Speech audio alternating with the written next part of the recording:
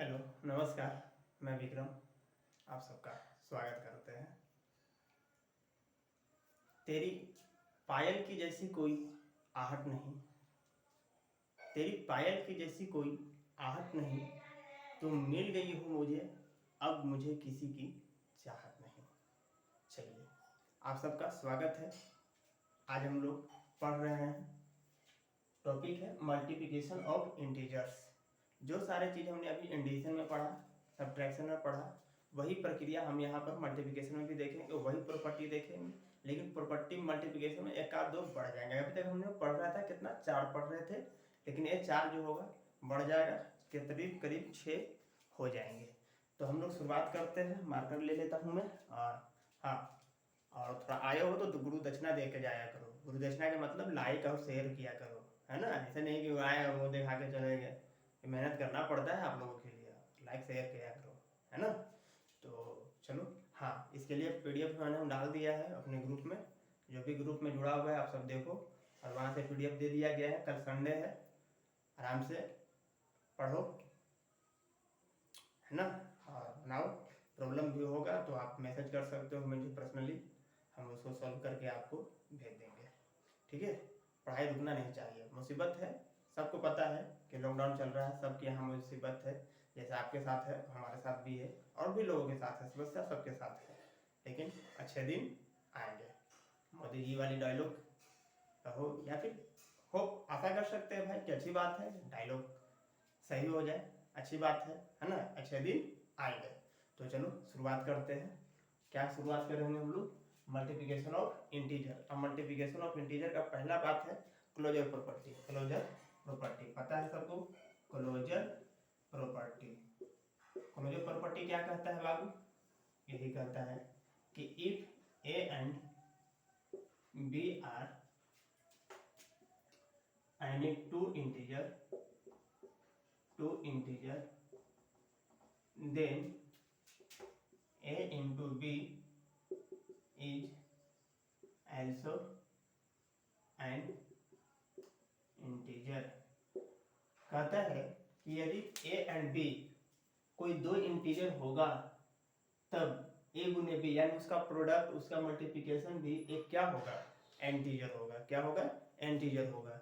कहोगे कि सर समझ में नहीं आया, कोई बात नहीं, मैं समझाना आता हूँ। जैसे अगर आपने 4 गुने 3 किया, तो 4 गुने 3, 4 भी हमारा क्या है? एक इंटीजर है। 3 भी हमारा क्या है? एक इंटीजर है। इधर आप मल्टीप्लाई करेंगे तो क्या आएगा? 12 आएगा। तो जो 12 आएगा ये भी हमारा क्या है? एक इंटीजर है। अगर आप बात करें -4 इंटू -3 की बात कर ले, ये भी हमारा क्या है? एक -4 भी इंटीजर है और -3 भी इंटीजर है। ये दोनों आपस में क्या है? इंटीजर है। अगर आप इसको मल्टीप्लाई करेंगे तो ये भी क्या देगा? +12। ये भी हमारा क्या हो गया? इंटीजर हो गया। अगर कोई बोलेगा कि नहीं सर -4 इंटू 3 ले लिया जाए, तो ये -12 आएगा। क्या ये भी इंटीजर है? बिल्कुल, हमने बताया था ना, इंटीजर 2 पार्ट बताया गया था, एक पॉजिटिव इंटीजर और एक नेगेटिव इंटीजर। तो याद रखना है पॉजिटिव इंटीजर कौन है और नेगेटिव इंटीजर कौन है। तो ये हमारा क्या है? Negative integer. ये हमारा पॉजिटिव इंटीजर, ये भी हमारा क्या है? Positive integer. पॉजिटिव इंटीजर क्या होते हैं? 0 के राइट साइड और 0 के लेफ्ट साइड नेगेटिव इंटीजर। चलिए, ठीक है। दूसरा प्रॉपर्टी हमारा है, दूसरा प्रॉपर्टी हमारा क्या बताया गया था? कम्यूटेटिव ऑफ मल्टीप्लिकेशन या कम्यूटेटिव प्रॉपर्टी। क्या था? Commutative property. क्या है भाई? Commutative property. कम्यूटेटिव प्रॉपर्टी में हमने क्या बताया था कि यदि जोड़ के लिए बताया गया था, मल्टीप्लिकेशन के लिए बताया रहे हैं, घटाव के लिए बताया था, सब्ट्रैक्शन के लिए भी। कम्यूटेटिव प्रॉपर्टी में क्या बताया गया था कि यदि if a and b are any two integer, then a गुने b बराबर b गुने a। बताया गया था, बिल्कुल बताया गया था। तो ये समझ में आया, a गुने b इक्वल टू b गुने a। चलिए, कहने का मतलब क्या हुआ? देखिए, कहने का मतलब हो गया कि यदि आप 4 इंटू 3 लिखते हैं तो भी आपको 3 इंटू 4 लिखते हैं तो भी आपको क्या मिलेगा? 12 ही मिलेगा। दूसरा एग्जाम्पल, यदि आप -2 इंटू -6 ले लेते हैं तो भी, या -6 इंटू -2 ले लेते हैं तो भी आपका 12 ही मिलेगा। नेक्स्ट एग्जाम्पल अगर आपको बात करें, अगर आप -3 इंटू -4 ले लेते हैं या -4 इंटू -3 ले लेते हैं तो भी आपको 12 आएगा। यहाँ कहने का मतलब क्या हुआ कि 4 गुने 3 कहिए या 3 गुने 4 कहिए, बात बराबर है।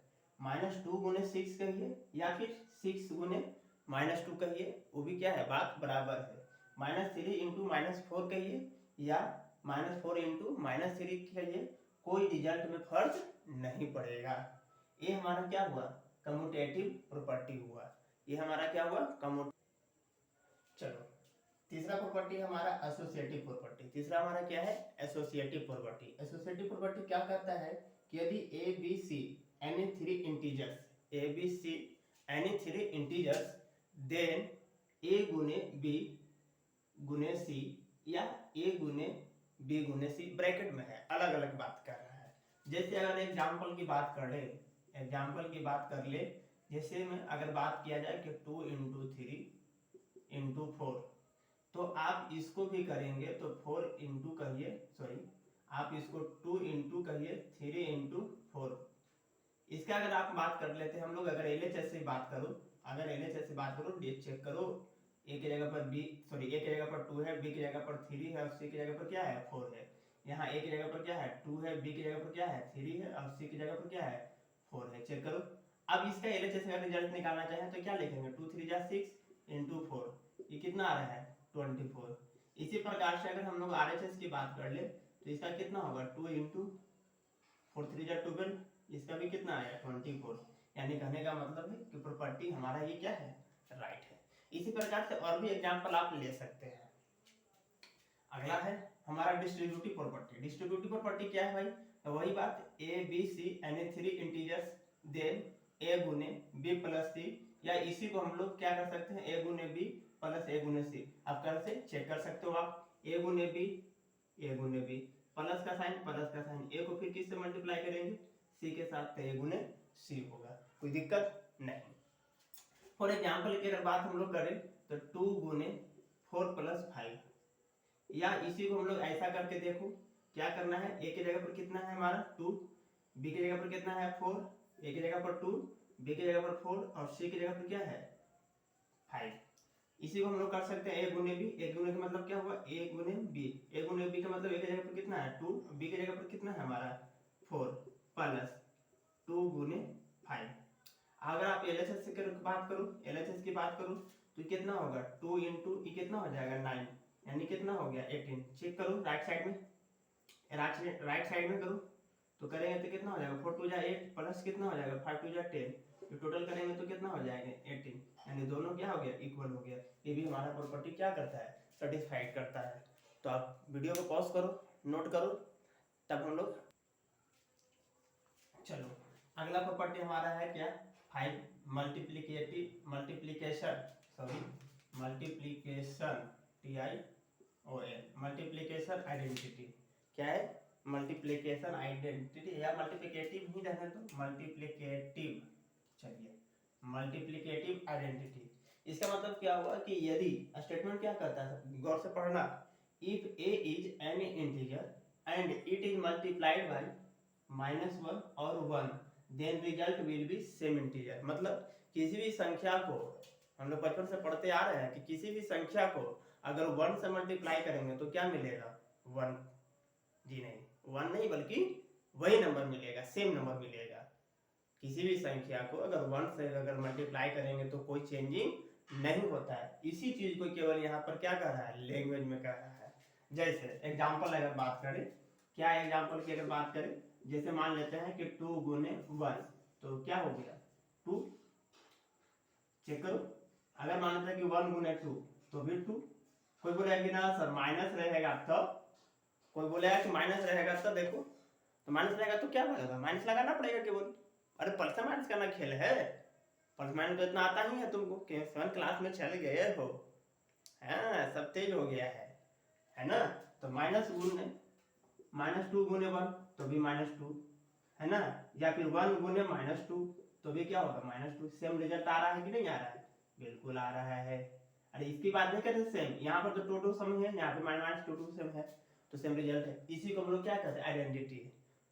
अब बोलेगा कि कोई ऐसी संख्या बताइए जिसको आइडेंटिटी क्या होगा कि उसी संख्या को उसी से मल्टीप्लाई करना। कोई ऐसी संख्या बताइए जिसको किसी से भी मल्टीप्लाई करने पर कोई फर्क नहीं पड़ता है, वह संख्या कौन होगा? तो वह संख्या 1 होगा। नहीं, चलिए अगला दिया हुआ multiplication by zero. Multiplication by zero का मतलब क्या हुआ कि अगर किसी भी संख्या में अगर जीरो से मल्टीप्लाई कर दो तो क्या मिलेगा? क्या मिलेगा? जीरो। बचपन से पढ़ते आए हैं, क्या पढ़ते आए हैं कि किसी भी संख्या से को अगर आप जीरो से मल्टीप्लाई कर देते हैं तो क्या हो जाता है? जीरो हो जाता है ना? क्या हो जाता है? जीरो। अगर आपके पास 1,00,000 रुपया है ना, 100 गुने 100 अगर मल्टीप्लाई कर दिया जाए तो फिर क्या हो जाएगा? जीरो। अगर 5 इंटू जीरो कर दिया जाए तो भी क्या होगा? जीरो। अगर मान लेते हैं कि n इंटू जीरो तो भी क्या हो जाएगा? जीरो। तो भी क्या हो जाएगा? जीरो। x गुने जीरो तो भी क्या हो जाएगा? जीरो। किसी भी संख्या को अगर जीरो से मल्टीप्लाई कर दिया जाए तो वह संख्या क्या हो जाती है? जीरो हो जाती है। अगर तुमको भी जीरो से मल्टीप्लाई कर दिया जाएगा तो क्या होगा रे? क्या होगा? अगर आप लोगों को भी अगर जीरो से मल्टीप्लाई कर दिया जाए तो क्या होगा? आप लोग भी जीरो हो जाएंगे। बोले सर ऐसा कैसे? हाँ, हम लोग जीरो कहाँ हो सकते हैं? हो सकते हैं भाई, हमारा स्टेटमेंट कहता है मैथमेटिक्स में हो सकते हैं। चलिए, किसी भी संख्या को अगर जीरो से मल्टीप्लाई करते हैं तो क्या होता है? जीरो होता है। ठीक है, लाइक शेयर कर रहे हो ना?